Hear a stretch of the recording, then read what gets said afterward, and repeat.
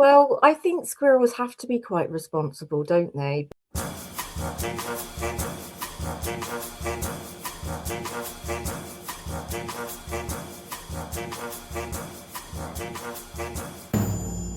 All right, strap in. It's time for Everything's Fine, probably your weekly antidote to bad news, where we take a look at the state of the world, wince a bit, and decide that, at the very least, we can try and be a bit funny about it. And it feels like a week where we could all use some good news. After America decided to do that thing where it gestures vaguely at Venezuela, calls it freedom, and somewhere a think tank spontaneously combusts. Meanwhile, Donald Trump continues his heroic quest to make history by becoming the first human being to retroactively devalue a prize that doesn't even exist. Yes, the FIFA Peace Prize, a fictional award so flimsy that even mentioning it next to real-world geopolitics feels like a violation of the Geneva Convention. You can practically hear the ghost of Nelson Mandela asking for his money back. But honestly, we were all excited about the Trump FIFA Peace Prize, weren't we? It was a bold new concept. Peace, but sponsored by a governing body best known for corruption, bribes, and a casual relationship with human rights. But now, well, now we're worried he's cheapening it.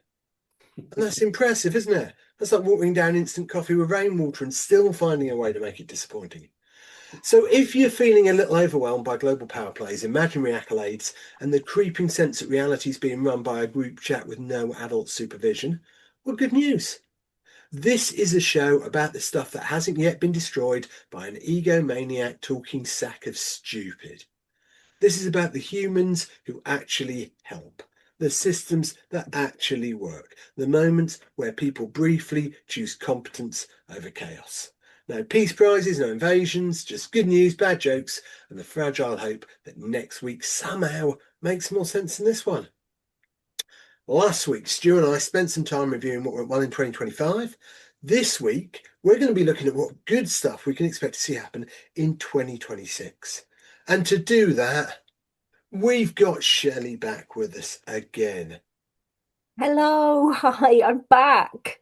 I don't really remember how I used to do this, so Well, we're glad you're back. we are. It's not been the same without you. yeah, I have missed you both. Have you really? Yeah.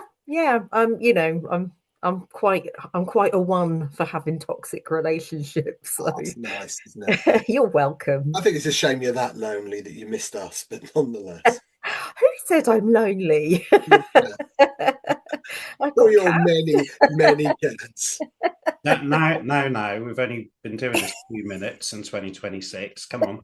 This is we've got our New Year's resolutions.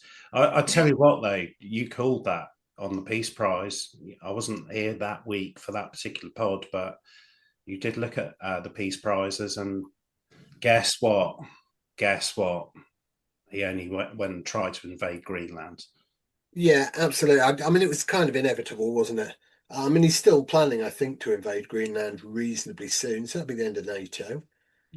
Or do you think it's just like a noisy diversion to the midterm elections in America? I think weren't the full Epstein files supposed to be released? Well, there are that, as you know. So Yeah, but there's so many redactions in them, but I'm not sure they actually make much sense. Hmm. Well, I wasn't there for sure.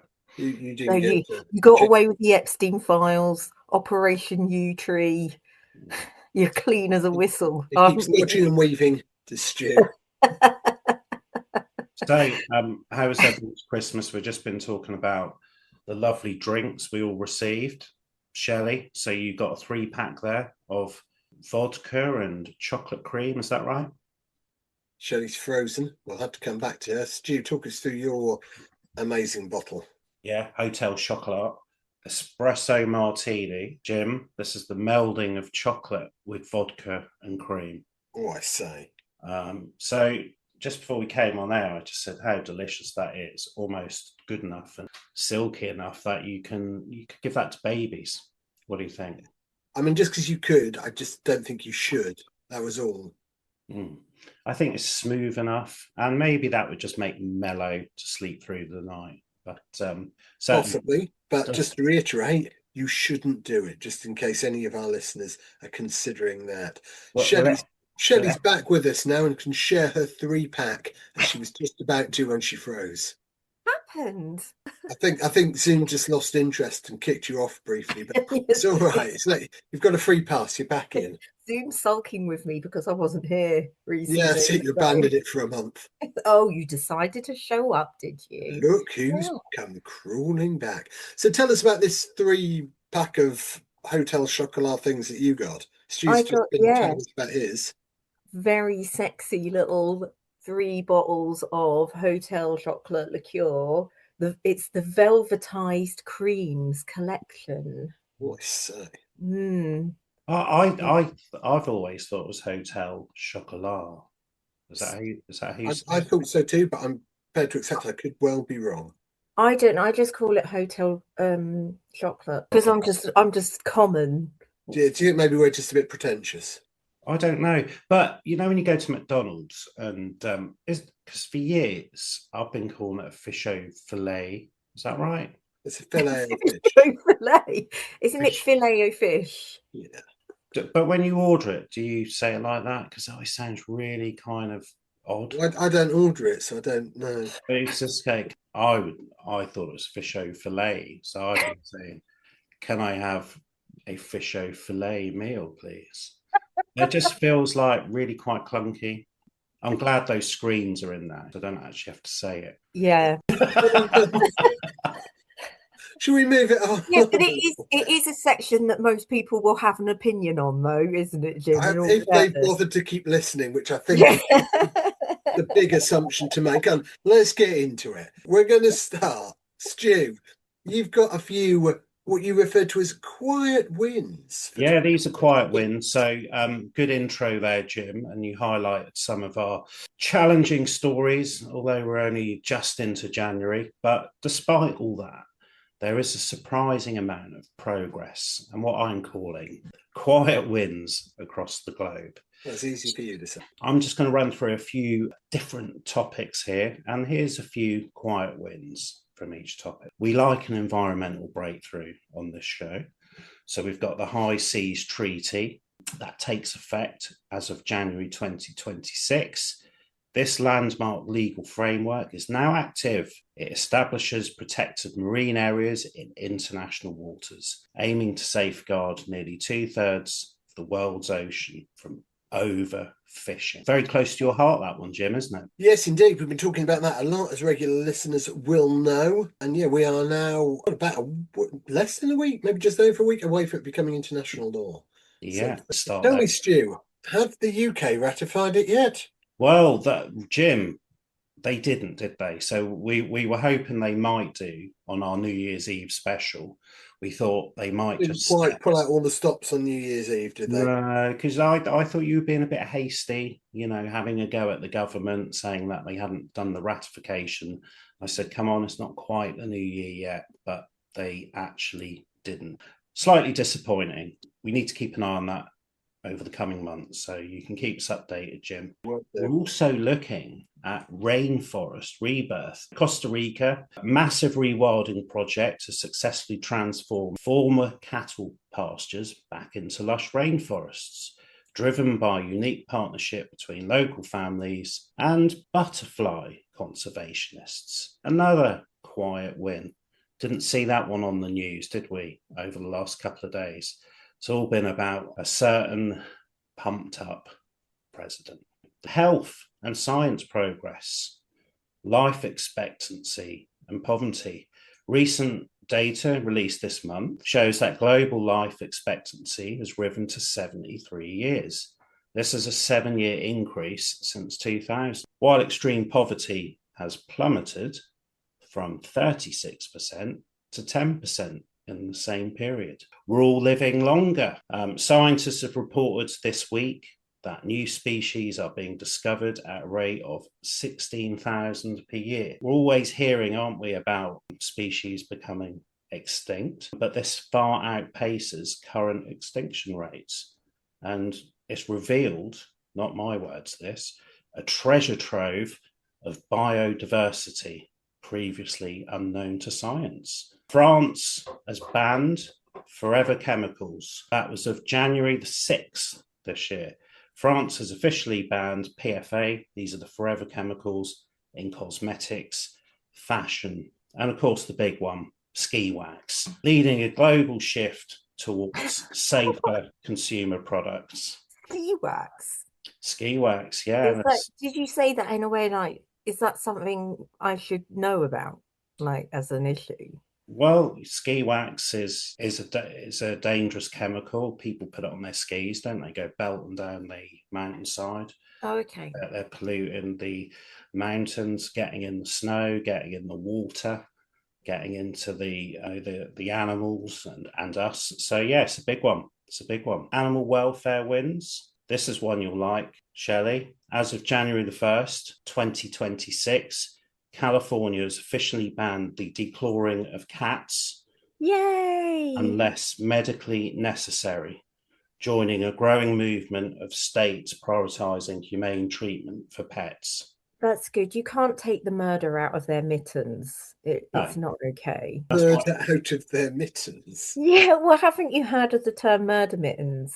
Like cats have murder mittens. No. I have So not. No. Oh, well, it's just meant to be a very cute thing because their paws No, look I mean, really anything cute with until murdering the is claws generally come quite out. cute. So. Yeah, if you take the claws away, then they're not murder mittens, they're just mittens. So do you think people doing that to maybe protect the local sort of birds and also what they're No, I think people were probably doing it to protect their furniture and vanity sort of reasons because people have those, the kind of cats that get declawed will be sort of like pedigree house cats and things. Yeah, that's awful. I kind of doing my cat being declawed. I mean, she has absolutely annihilated my furniture. But you shouldn't have a cat if you're not prepared to put up with their, how do we say it, lifestyle.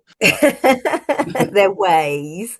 Yeah, you just you just if you get lots of scratching posts and then you can get, I've got this cat tape stuff, which is like this double-sided sticky tape. So you just put it on something that you're trying to deter them from and they leave it alone and go to the scratching post instead. My cat just won't use a scratching post. She looks at them but still scratches the furniture. I just think it's her punk spirit. I think so. Yeah, she's a little anarchist. I think she might be. South Korea has reached a major milestone this month as well in bear bile industry. That officially comes to an end, freeing moon bears. Who knew? Freeing moon bears from cages and invasive procedures. So that's really good. What are moon bears? Well, we need to investigate, don't we? We need to Oh my goodness, they sound like adorable. They do. Sometimes you see those horrible pictures, don't you, of like sort of sad bears in cages. I'm sort of thinking I can probably guess what that might look like. Moon bears are a type of Asian black bear, medium size, black fur. They have a white or sort of cream coloured chest. So a bit like the craters on the moon, possibly. No, it's more, I think the idea is that the crescent on the chest looks a little bit like a... Oh, they're adorable. Okay. Right, well, we need to put a picture, don't we, of a moon bear on the social. You can see them now in Tenby. In Tenby, no less. Okay. Yeah. They are wildlife park in Tenby. We've got 4 of them. Oh, fantastic.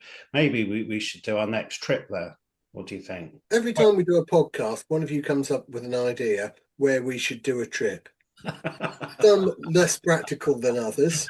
I'm going to put it out there. I don't think we're going to end up going to Tenby to see the moon bears, but who knows? Oh right, well that's it. It has to happen now. Where is Tenby? It's actually in Wales, mate. Okay. Yeah, let's go to Wales. I really like Wales. It's in South Wales, pretty much as west as you can get as well. Well, is that where they live, is it? Well, it's a wildlife park. Oh, I see. They're not wild. Where they're going. Shelley, I think you're closest, so maybe you can I'm go the down to a closest. feature. Yeah.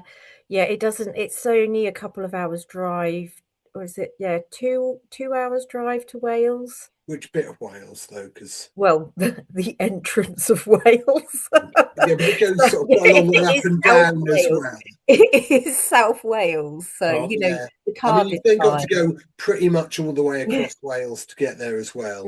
Good. Well, I look forward to your on the ground feature from Tenby. Jim, there's more. There's more.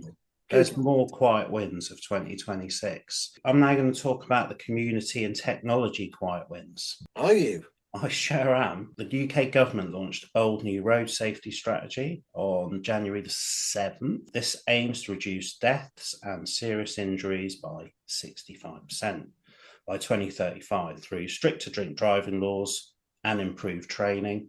And also in the news at the moment, there's talk about over 70s having regular eyesight tests also. Popular topics and subjects on this podcast is AI. Your cat's just come in. You heard her? Yeah. You hear her? Yeah. We can hear her. Yeah. She's probably off now to go and scratch my sofas.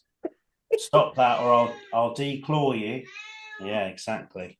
We're talking about AI for good. The UN is currently scaling AI for good initiatives.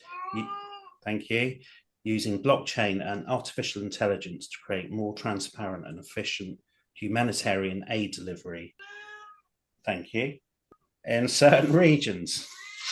She's noisy, isn't she? She's standing in for Gemma this week, which is great. We thank her for that. Just see if I just have a bit of a wrestle there under the table. Now then. And financial relief in the UK. Regulated rail fares have been frozen for the start of 2026, providing a small but welcome reprieve for commuters during the winter months. That concludes my quiet wins for January 2026. So lots of good stuff happening there, Jim. Very fantastic, Stu. Loads of good stuff. Thank you for that. That's a whistle-stop summary of the good things happening in 2026. We're going to go into a few things now in just a little bit more detail. So I think first of all, we're going to pass over to Shelley, who's going to cover off some exciting upcoming developments in the worlds of fashion and food.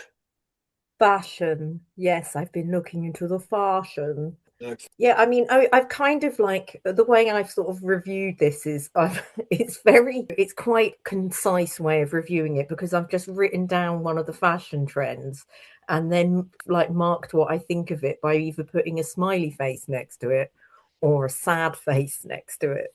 Okay. Well, you've got to have a system, haven't you? Yeah. So, you know, and I think my opinion on these things does really matter.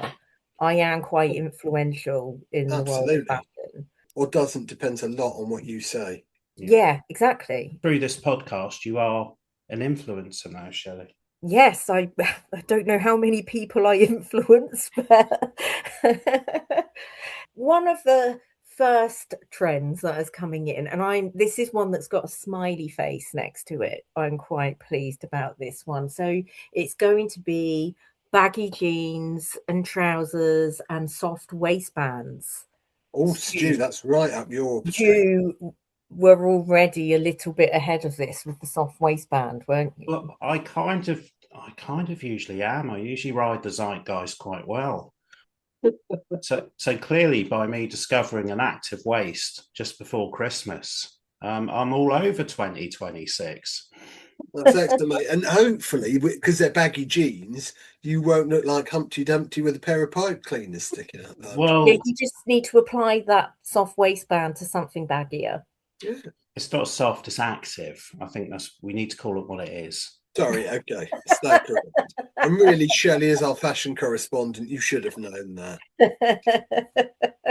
Yeah, next time I will be handing fashion over to Stu, I think. So can I just say this is like an old episode of This Morning, isn't it? When they used to have the models walk on and then they used to describe it, didn't they? So but no, I'm enjoying it. Wonderful. So that's one big win.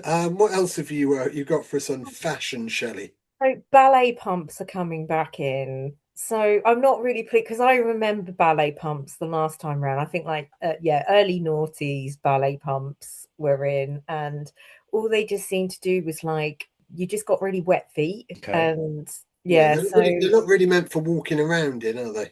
No, not really. Let me think. Oh, that's right. Ballet. Yeah. Yeah, so I'm not feeling so like I'm not feeling so thrilled about that one. So that one got a little sad face next to it. Can I just ask, Mm. why do your feet get wet with ballet pumps?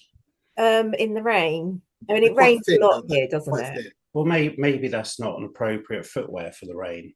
Have you No, have it you isn't, but considered it that? depends. When I was younger, I was sort of stuck between do I want to look fashionable or do I want to be practical today? I mean, now I'll go for practicality over fashion. Yeah, I see. And why are they called ballet pumps? But they look like ballet shoes, do they?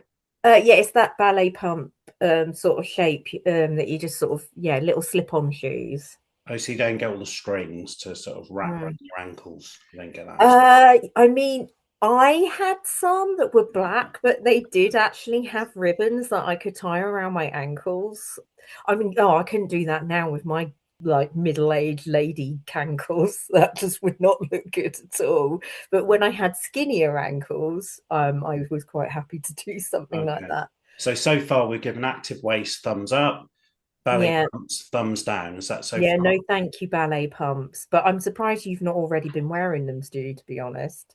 Well, I guess with me active waist, Mm. elasticated professional tracksuit bottoms and ballet pumps, maybe not the best look. Yeah. What's next? So Let's get back on the zeitgeist horse. So accessories and adornments are going to be coming in a big way. So bag charms, and also they mentioned bug eye sunglasses are going to be coming back. And I do wonder if they'll bring back phone charms. Can you remember phone Yeah, charms? yeah, Yeah, I okay. do. I do. They're Yeah. pointless things. I Yeah. don't know if my phone's got a little bit that I can hang a charm on it now. They're going to have to start putting little holes in phones again. The other thing that's come back now, so I was obviously neutral about adornments and accessories, but the thing that now has a sad face next to it is underwear as outerwear. Oh, no, no, no, no, no. There's no Mm, need for that. so this Isn't this like superheroes? What, sort of no, it's kind of Superman like look? you at Twickenham train station. Well, again, all over the zeitgeist. People must have been looking at me and thinking, "Wow, this guy's like, Thinking, is that a superhero? yeah," Yeah, or this guy's like, is he like David Bowie? Look how sharp he is. You know, he's, yeah, he's sort of androgynous yeah, with he's so his modern. underwear, his outerwear, and his ballet pumps. He's I so mean, modern. really, I think you've inspired these trends. Should Yeah, yeah. um, Right, what's our next thumbs up or thumbs down in the world of 2026 fashion then, Shelley? Okay, so the last few things are kind of like I'll let you decide how you feel about these last few things because these are the most, what I would say, are the most far out fashion trends. And I'm just going to send you a little photo of each one of them. Oh, So okay. the Is this going first to work one. very well as an audio section?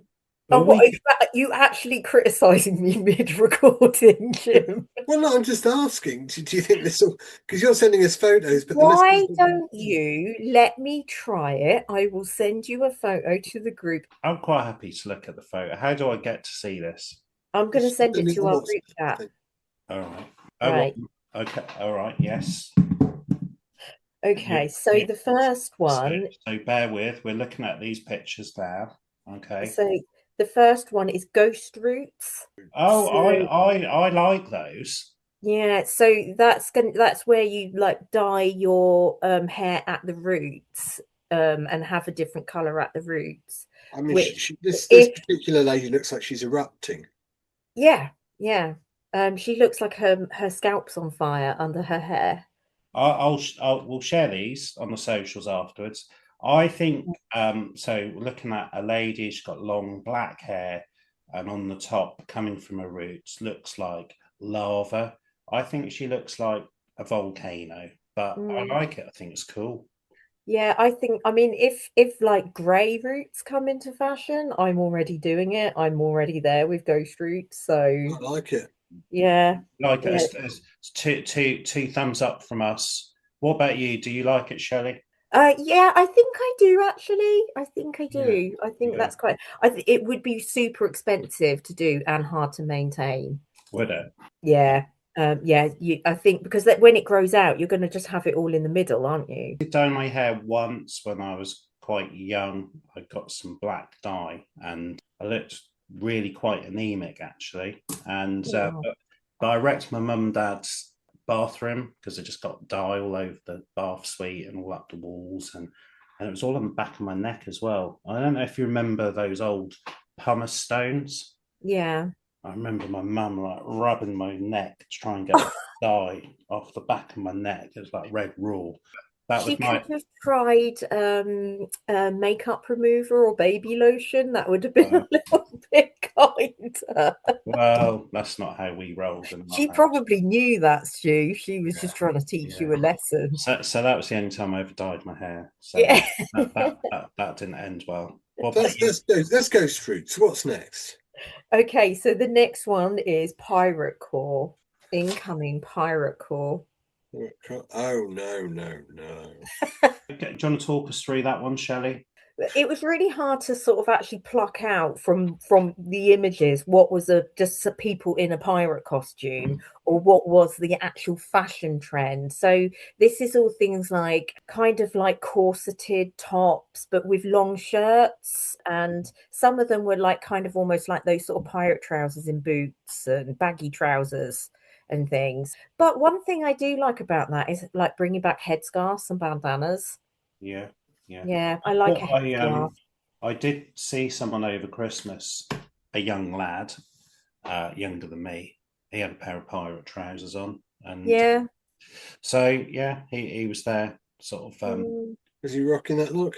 Well, I mean, there's a lot of air, isn't there? I mean, they're quite loose, can certainly manoeuvre, but are they any better than the active waist? So, It's a good question, obviously, Stu. so Jim, Pirate It Corps. is a big thumbs down from me, I'm afraid.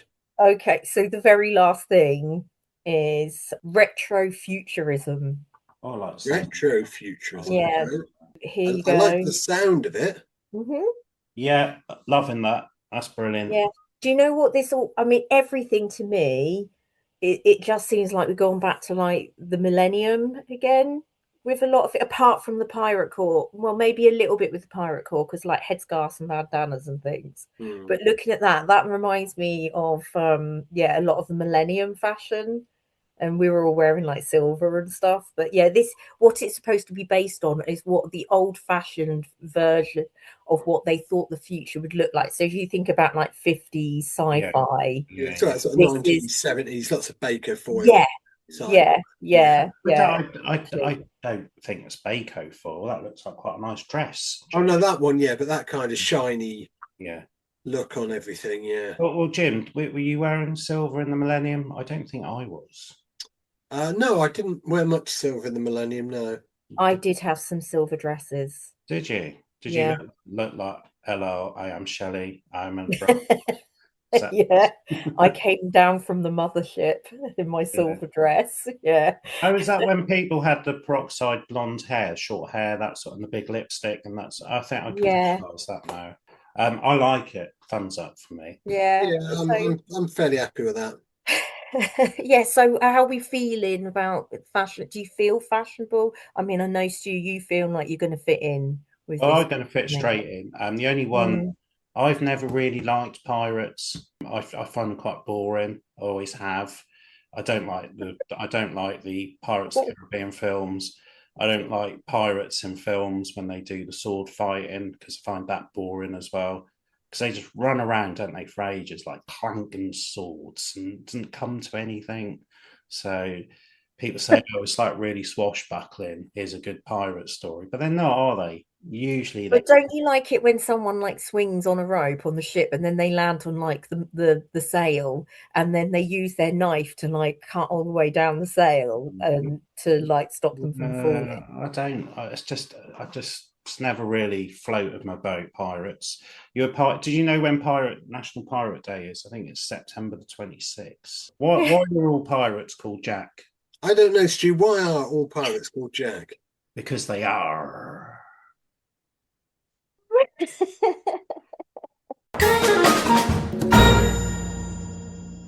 Okay, have you got anything else on this one, Shirley? Or I don't know. I think that joke is going to hit Jim in a little while. Like, it was just so good. He's like completely blown away.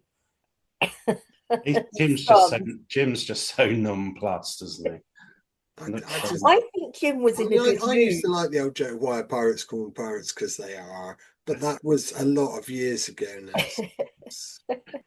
That Jim was in a good mood at the beginning of the show, but his mood seems to be declining as the show goes on. Well, it's fine. It's good. It's just that joke. This is retro futurism jokeism. Oh, okay. We're doing retro futuristic jokes. Yeah. Anyway, moving on now to food. I'm hoping you'll find this a bit more palatable. Oh. Jim, please don't sack us. One of the big things that we're going to be looking out for this year is 3D printed food. That is going to be apparently one of the crazes. From the sound of it, it would be very expensive. Because it will be kind of like, it's like they kind of focused it around on a lot of like kind of fancy desserts and using sort of like 3D printing technology to kind of put all these really like thin layers into all of these desserts, so you can layer up all of these different flavors. I think it's going to be like very Michelin star kind of places where you would be able to have something like that. But there was actually a more practical version of using 3D printed food. I was actually reading something about 3D printed milk.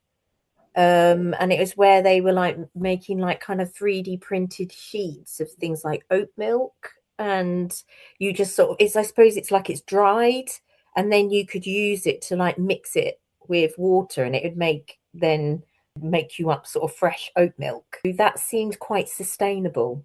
Yeah, rather than milking oats. So how would that work? Would you need a 3D printer machine in your house? No, you buy the 3D printed milk, Like a sheet of milk, sheet. basically. But there was even talk perhaps, but actually maybe in the future that we would have kind of 3D printing kitchen appliances. So it's interesting. The other thing that apparently is going to be in is cabbages. Right. Cabbages. Oh. Again, That's where the link. apparently 3D printed cabbages. well, I guess so. This is going to be instead of cauliflower that was apparently in last year, but I didn't know cauliflower was big last year. No, I don't think I even had any. Damn it, I missed that craze. I did. I've had some cauliflower cheese, but yeah, it's going to be cabbages this year. Yeah, 3D printed food and cabbages. I'm struggling a little bit with cabbages being in this good news, but I mean it's always interesting. It's good news probably for cabbage farmers. So the way is sustainable on milk, for instance, Shelley, is it because it will just come in smaller packaging, that kind of thing? So you use less resources, and what you just have to sort of hydrate it maybe when you get it out. So yeah, I think we will get there. I think that's how it will be. Watch this space. 3D food. Very, gone down the modernism route today, Shelley, haven't you? I like this. This is how we used to look at the future, isn't it? Back in the 50s and 60s, people used to look at the future as like a good thing and watch tomorrow's world. Yeah, we've gone retro futuristic. I like it. I like retro because we're on trend. Good. I look forward to seeing you in the silver jumpsuit. All right, let's talk clean energy then, shall we? Last week, we talked about the fact that 2025 was a good year for clean energy and sustainable. There's plenty of reasons to think that's going to continue to gather pace in 2026 as we hit what I think we'll call their damn this might actually work era. So for years, green energy news was all about promises that in 10 years this will change everything. By 2040 we'll have solutions. That's all great, I suppose, unless you happen to live on Earth like right now. But heading into 2026 is a bunch of stuff that's finally moving out of labs and into real infrastructure. So let's take green hydrogen. So that's hydrogen made using renewable electricity, not fossil fuels. So instead of being clean energy, if you manage to ignore the smoke, this is actual clean energy. And it's now being lined up for heavy industry and transport. The stuff that electricity struggles with, like steel making and shipping and making lorries work properly and things like that. So according to reports from places like Reuters and industry trackers like Greener City, costs are falling, scaling is speeding up, and governments and companies are very quietly increasing their rating from interesting concept to, oh, hang on, we need to build this now. At the same time, electricity grids are getting smarter.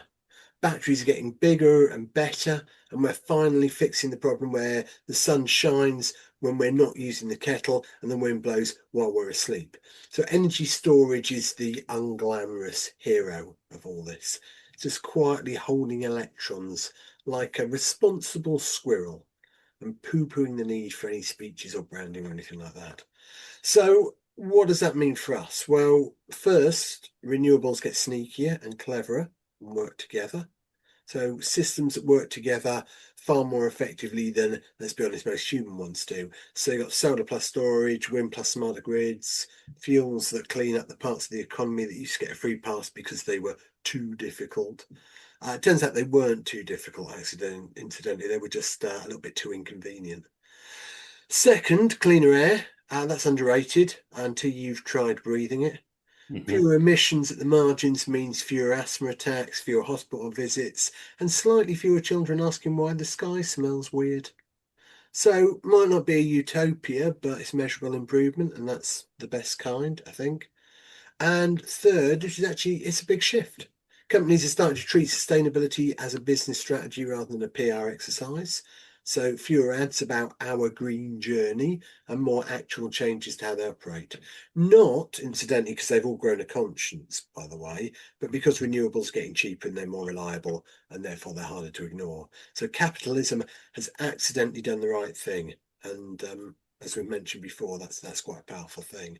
So there you have it. Slow, practical progress. It's never going to be sexy or outrageous enough to trend on social media because all it does is change the world. But yeah, that's how most good things happen, isn't it? Quietly, gradually, while idiots are busy arguing about imaginary peace prizes. I think what you're saying there is less greenwashing and more action.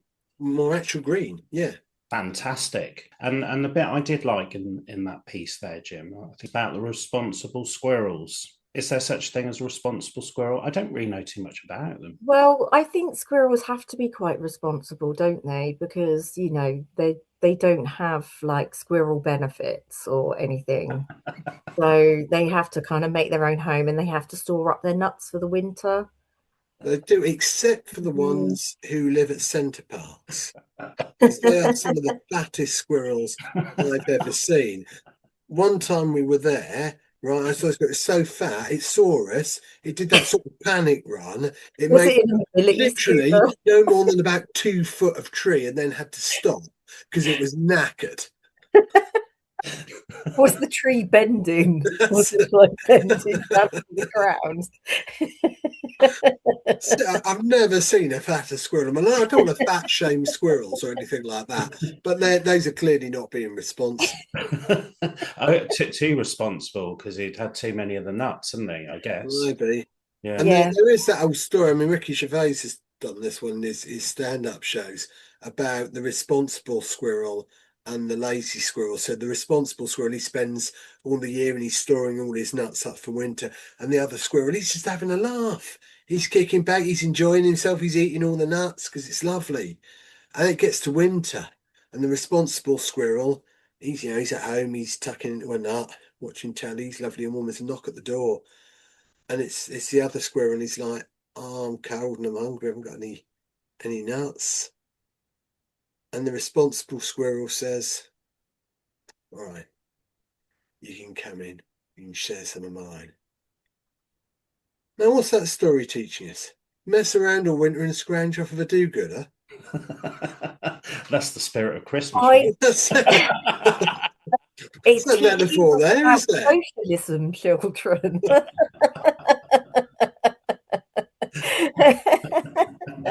They're going to What have do you think? squirrels on Monjaro after this. So we've done fashion, we've done the environment. What have we got next? Oh yeah, culture. Shelley, talk us through culture in 2026. This is very Shelley's exciting. take on what culture is going to be looking like through 2026. I'm very So, excited about this. speaking of the noughties coming back and the millennium, so apparently we're going to have the return of the text style emojis. Oh, So blimey, okay. we're going to be going back to making our own emojis. That's what's going to be the cool thing to do. I didn't know you could. Well, Well, we used to don't you have to, remember didn't we, that we back in the used to do day? that, like sideways winky face, sideways smiley face? But there is a point, if you start to put that into a phone now, it just converts it into an emoji for you. Yeah, but you would have to say no. I want.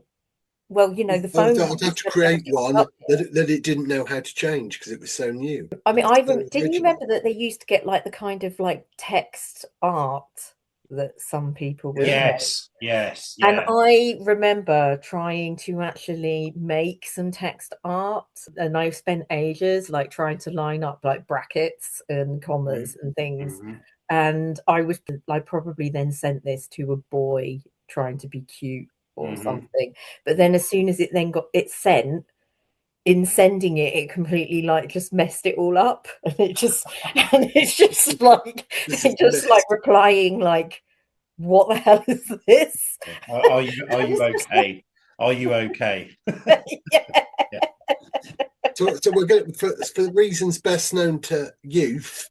We're going back to doing that, are we? Yeah, apparently, Okay, yeah. So it's going to nice. take us much longer to express Yeah. our emotions Yeah. in We'll, text But we'll all messages. be dressed in silver jumpsuits, struggling to make Yeah, pictures out of text things. maybe that will help us to be a bit more mindful while we're texting. You Maybe, never know. maybe Yeah. texting So rubbish while dressed like a pirate. what Yeah, is in 2026. what is your favourite emoji, Jim? I don't have a favourite emoji. I'm a 51-year-old man. I have a favorite emoji. Go on, Shell. I like the snooty monocle wearing emoji. Fair enough. Yeah. Yeah, love that one. I quite like the one finger, all in the different nationalities.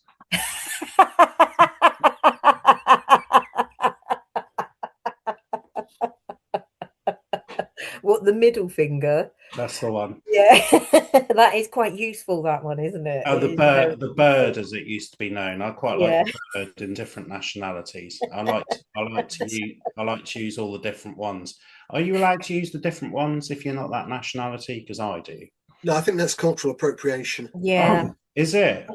Wow. There we are. You've got Yeah. to be so careful, haven't you? Educate yourself, Stu. Well, yeah. I'm trying. I'm a 51-year-old man. It's the difference between a 43-year-old who has got a favorite emoji Absolutely. and But then the it's the same one they've 51-year-old had for the man last who's like 20 that. years because they Yeah. can't quite move on. Well, that's one thing to look forward to. What else is happening culturally, So Shelley? What can we look forward to in 2020? according to Pinterest, some of the big movements will be non-conformity, which I like the sound of that. I like the I sound of that. I do not like being told what to do. No shit. Yeah, I really, really, I really. It's like at the moment, I'm not very keen on the whole New Year movement around like health and lifestyle because actually, the fact that it's New Year in the dead of winter never sits quite right with me. Because it's not.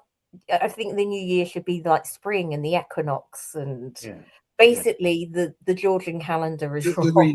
rebirth of the world and all that. Yeah. I mean, yeah, it works. It was a good job. They did all right because it fits it does fit better, but they could just move the beginning of the year to perhaps the 1st of March or something. That would make more sense to me. Well, What would make more sense is if we had what we should have, which is a 13-month calendar. Yeah. Every month would be 4 weeks long. It would Yeah. actually fit in with the cycles of the moon. It means that the same day and date would be the same every month. So you know that, for example, Monday would always be the first, the second would always be Tuesday, because it would always be the same. It would just make organising everything way easier. Would that work with the leap year? I don't know. that sounds quite complicated. What would you call this new month? I don't know. It's not really my job to come up with that sort of stuff. Well, you're the one who proposed it. There are lots of people Veganuary? who proposed this. Which one, Shelley? Veganuary or Oh, Stoptober? I don't like veganary. Don't like. But it's just those things that you have to, I don't know, with the Yeah, non-conformity thing, I yeah, just don't like that everyone's now got to sort of like be really super healthy and peloton their way into the next year.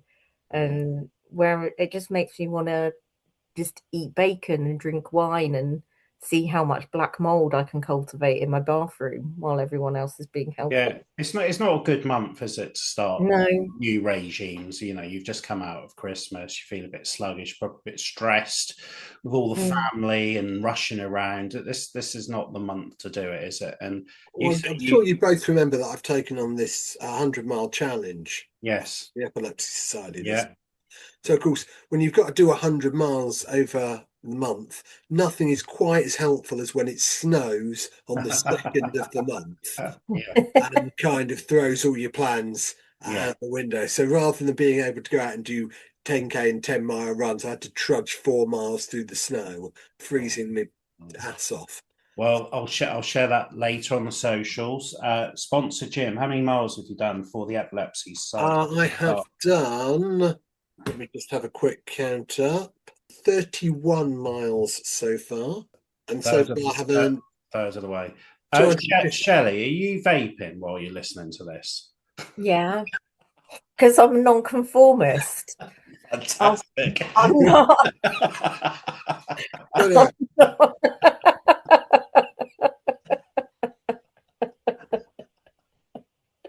Oh, fantastic. Fantastic. good. So non-conformism. What else you got for us in culture, Shirley?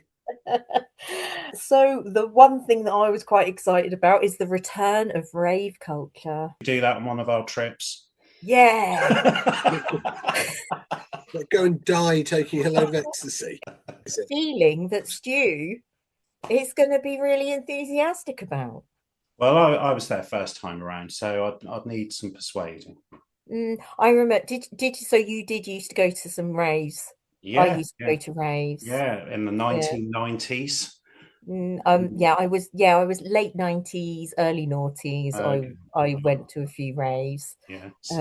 Yeah, and I think that it was interesting though, the reasoning behind it was actually like I read in the New Statesman, they said that they think that the return of rave culture could be driven by a sort of a sense of rebellion against the like right wing authoritarian kind of politics that we're all sort of get like on the receiving end of at the moment.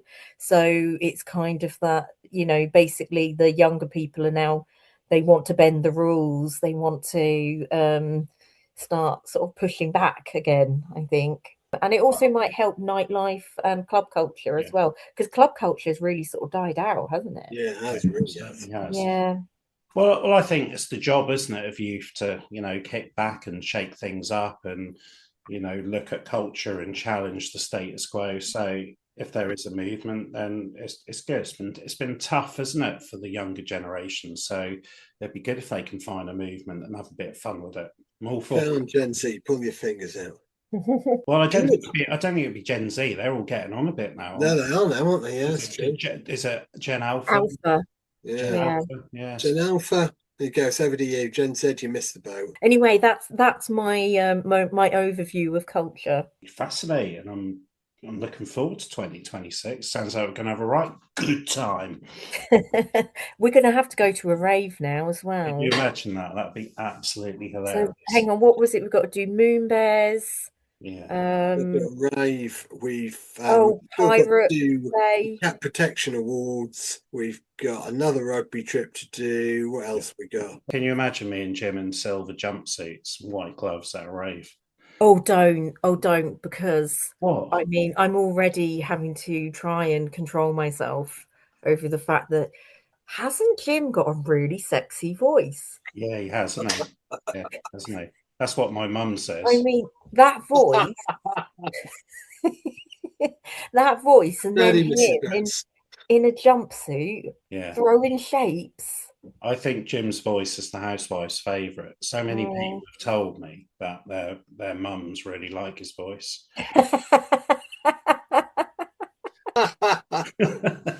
There we are, old chocolate tones. Thanks. Well, I'm gonna bring the lower the tone a bit now. Let's talk about the least sexy optimism imaginable next show, which is economics. I know, Mm. try not to pull a muscle rolling your eyes, but stick with me though, please, because this is more of the kind of good news that just doesn't trend. It just quietly determines whether people can pay rent without breaking into a cold sweat.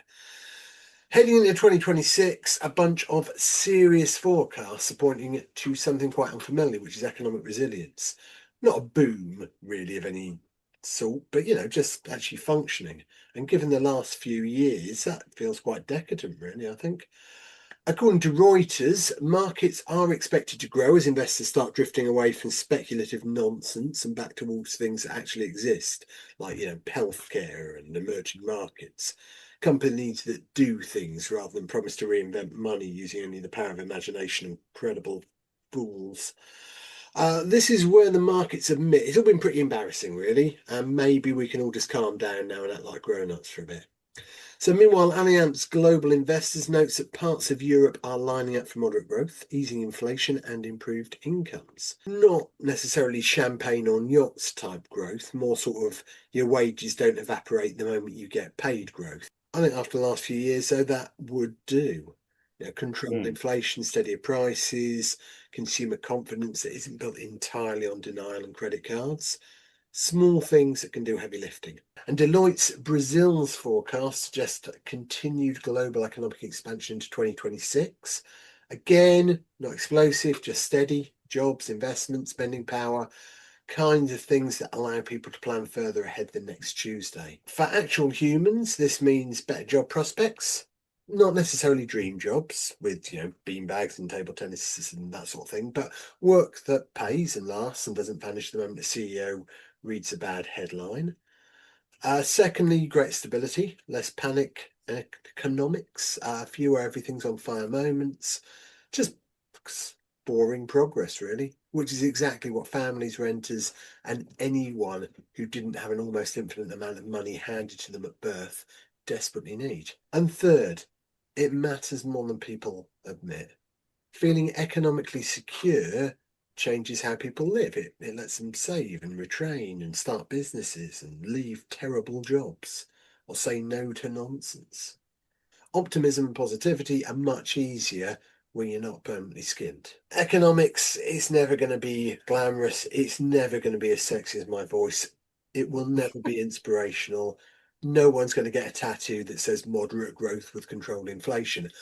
But if 2026 turns out to be a year where more people feel a bit steadier, a bit safer, a bit less one missed bill away from disaster, well, that's life getting better. That's got to be good news in anyone's book, isn't it? We might not have that on a tattoo, but you could certainly have that on a t-shirt. That'd be pretty cool. I would have a tattoo that says Jim Blythe has a really sexy voice. No, I wasn't talking You get about that that. now, and you want a t-shirt that says moderate growth with controlled inflation. Absolutely. I'd buy that. Yeah. If you get it in sort of a silvery t-shirt, But if you think about that, though, it's so true, isn't it? The last couple of years, what we had 30% inflation. yeah. And it has, I don't know about how you've been, but you get paid and it just goes down a black hole quicker than ever. It's very, very noticeable. Have you felt this cost of living? Yeah, Yeah. absolutely. And Oh isn't yeah, that just a so horrible, one of the worst phrases ever? The cost of living. Yeah. I mean, how is that even a thing? Depressing phrase that is. Absolutely. And, it's just things like, since we hit that 12%, 13% inflation, Quay coffee, you go to station now, it's like £4.50. And that's a lot, isn't it? That really does make you think twice. Whereas before it was like a couple of quid, £2.50 or whatever. The thing about inflation is prices will go to those levels. And then the government will tell us that inflation is settled to like 1 or 2%. But the prices never go back down, do they? no. So you're now stuck at the new normal. Politicians like takeaway coffees, don't they? Because that's why the kids can't afford a mortgage because they bought takeaway coffee once a week. But But it's all that rich people can't afford their mansion taxes. yeah, That's a absolutely. legitimate claim. No, you can't expect them to start paying taxes. Yeah. It's just no. And They'll leave. Maybe they should have one or two less yachts. And why, why can't we just have a little bit of a treat or a bit of a luxury? Oh, you shouldn't be having that coffee. There's no way you'll ever save up 50 grand and buy a mortgage. You're like, well, no, I probably won't. So that's Yeah. going to have a latte. That's why I'm going to buy the coffee, absolutely. Because I can't afford housing anymore. Absolutely. Yeah. If we start to see an improvement in that, as boring as you say that is, that's really fundamental. It's huge for our mental health. It's huge Yeah. for happiness, our enjoyment, all that sort of stuff. And yes, I totally agree with people who say money doesn't buy happiness. But you know what? It can go a long way towards helping you secure a happier life. And also, I think it gives you opportunity and choice, doesn't it? When you haven't got any money, it limits your choices and opportunity. We're not ever going to get rich off this podcast, are we? We are. Are we? Please don't say that. You're just crushed all my dreams of the future. Like, I've literally decided to opt out of my pension because I felt like I didn't need it anymore. Well, Okay. Well, I think then, Shelley, that you're really going to need our final section of the podcast today, because Stu is going to share with us some secrets of being happy. I am, and this piece today, you remember like Jerry Springer back in the day? When I didn't watch Jerry Springer. Shelley, did you used to watch Jerry Springer? Yeah. This is the bit at the end where he used to sit on the chair and be really sincere. Oh, Jerry's final thoughts. Here we go. Okay, Stu's final thoughts. I have a proposal for you. This year, 2026, should be the year that you spend more time doing exactly what you want. So I want to suggest that we commit to dedicating more of our finite hours on this planet to things we genuinely, deeply enjoy. Activities that seize our interest and make us feel vibrantly alive. I'm suggesting this should be the year you stop trying so hard to turn yourself into a better person and focus instead on actually leading a more absorbing life. So now I can already hear the objections thinking, oh, I'm too busy in this economy, I haven't got enough money, AI's coming for my job, I've got to fix all my personal failings, got to go on a diet, got to cut down on my screen time, or, some people think it's morally wrong to focus on pleasure while the world is on fire. But this is the self-improvement trap, because here's the truth. None of these objections actually hold any water. There is an excellent reason to believe that doing what you want is the best thing you can do for your health, your productivity, and even for society. So, the logic of self-improvement industry, it starts from a single premise, doesn't it? There's something badly wrong with you. It prescribes a grim struggle with discipline to reach a point where you are finally an acceptable member of humanity. But actually, what if there isn't anything really that wrong with you? What if the conviction that you are problematic is actually just a comfortable way to avoid launching into the life you really want to live? We tell ourselves we aren't ready because we have to fix things. It's a perfect excuse not to get involved. Here's an example. Phone addiction, we try app blockers, digital detoxes or hacks, but the most reliable way to stay offline isn't discipline. It's being engaged in something else, so you wouldn't even occur to have a look at your phone. You just don't look at it. You just don't look at it. If you can get immersed in a book or a conversation with nature. There's a columnist, David Brooks, he said, don't try to say no to trivial distractions. Say yes to the subject that arouses you most. So this applies to everything. Instead of banning bad foods, find a style of healthy cooking you actually like. 3D printing, for instance. So instead of a workout, don't force yourself through. Find a form of movement that you actually enjoy, makes you feel good. You might say, I don't have the bandwidth. A lot of people say that these days. I don't like the phrase. I don't have the bandwidth for this. But as a finite human being, you will always have too much to do. You are likely going to die with a long list of uncompleted tasks. If you put off all aliveness until your inbox is empty or your life is sorted, you will be waiting forever. As we go into 2026, don't worry about if you're a lazy layabout. If that's what you want to do, then have a rest, have a relax, if that makes you feel better, and pay attention to what you really enjoy.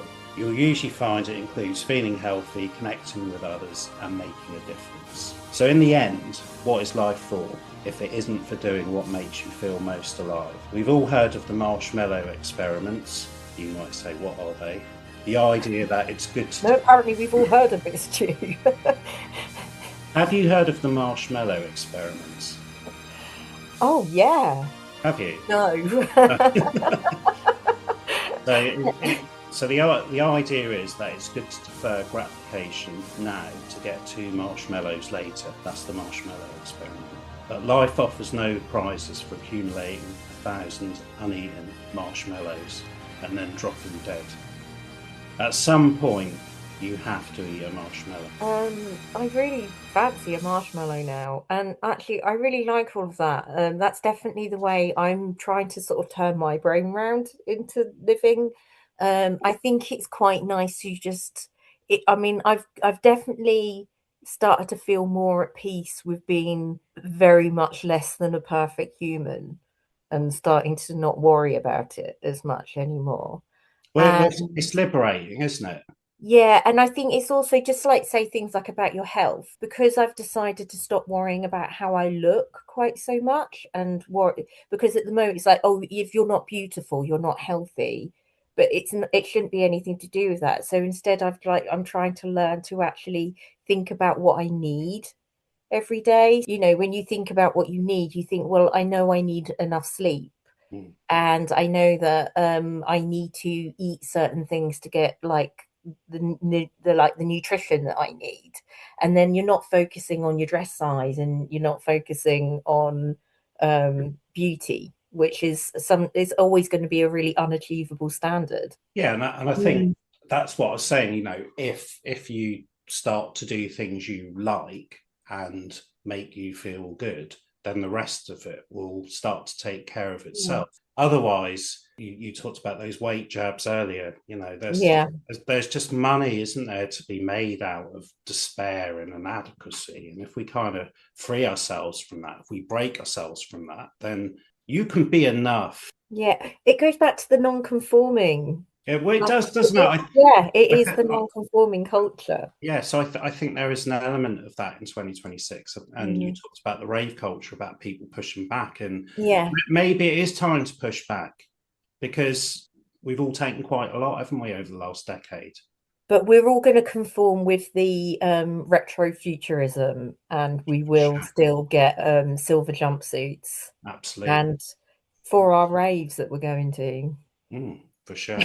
So, you know, Jim's running for January. He's doing that all right, possibly quite hard, but he probably gets the benefit of feeling better and well-being afterwards, and then being altruistic and raising money. It's about what makes you feel good in 2026. And that's where I think we'll leave it for this week's episode. If you're feeling a little lighter, no more hopeful, or at least marginally less furious than when you started listening, then our work here is done. If not, please rewind, listen again until optimism kicks in, or until Stockholm Syndrome develops. Either way, numbers go up.